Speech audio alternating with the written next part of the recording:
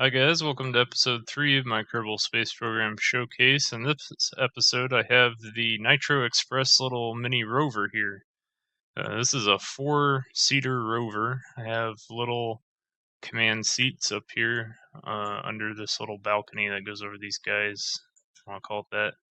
And the reason it's called the Nitro Express is because on the back here we have these little rockets on top of this thing, just provide a tremendous amount of thrust to this thing.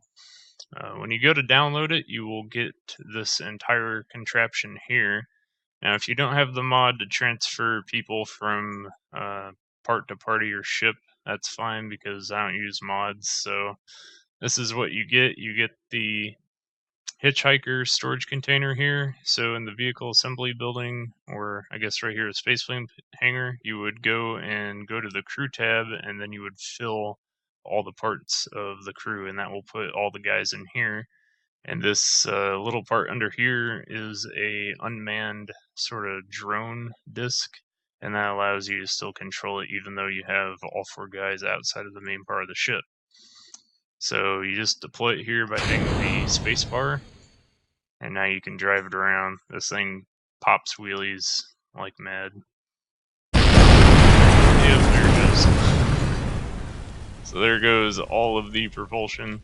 But I guess I can show you the other things that it has on here while it's like this. So I got solar panels on the top, thermoelectric generator back here. There's a couple action groups set up, lights of course on the front. I have not deployed this in space yet. However, I did have plans to make this as part of a sky crane that would be going on. Let's see, on the back. Yeah, so hitting 1 on the keyboard activates all of the little antennas on the back here. So I just got 2 of them. I believe 2 is like an engine shutdown, so is probably 3. The top one will fire this little rocket up here on the top. I don't think will propel us back down to the ground. Yeah, probably not. It does have RCS capability on here, and if I were to make a sky crane, it would attach to the top of this engine and deploy that way. So that's a future thing that I'm going to be working on. RCS will help it go. The little ion engines will actually propel it at a nice, decent speed. All of the little engines down here are meant to be activated off of these fuel tanks. However, it doesn't look like they are working, probably because we crashed. But that's fine. I might have to put those back over here on the sides of those fuel tanks like I originally had before. So I will go ahead and show you guys what that was like back here at the launch. I'm just going to put 1 Kerbal inside the capsule here. Speed it up to daytime. And I'll just have Camden get out. So this is what you'll have to do if you plan on driving this around Kerbin. Of course, you would get rid of all of this if you were actually going to transport it to a moon or another planet. It would be nice to have a sprint button, just saying. So it doesn't really go all the way down to the ground, so you kind of have to jump and then quickly hit F in order to grab the ladder. Then right click on one of the seats that you would like them to board in, and just click on board, and he's in.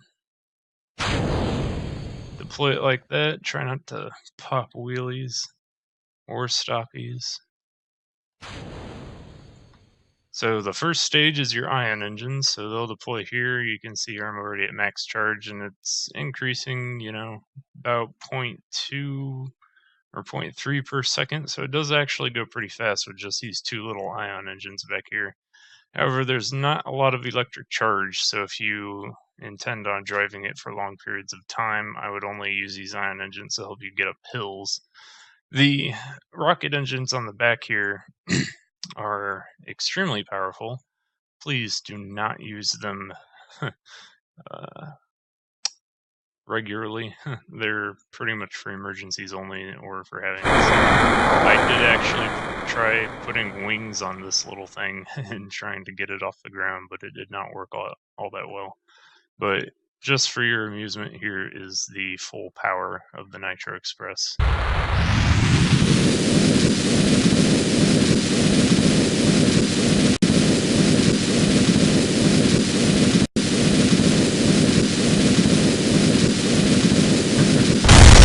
there at about 55 meters per second, for the top speed of those wheels before they collapse. As you can see here, our good old Kerbal is actually alive. He survived the crash, which is absolutely incredible. Give that man a medal. But that's the fun little rover. That is actually my first rover that I've ever constructed. So without the use of the rocket engines, it actually works quite well. So I hope you guys have fun with that. Again, just check it out in the download link in the descriptions and stay tuned for our next episode. Bye.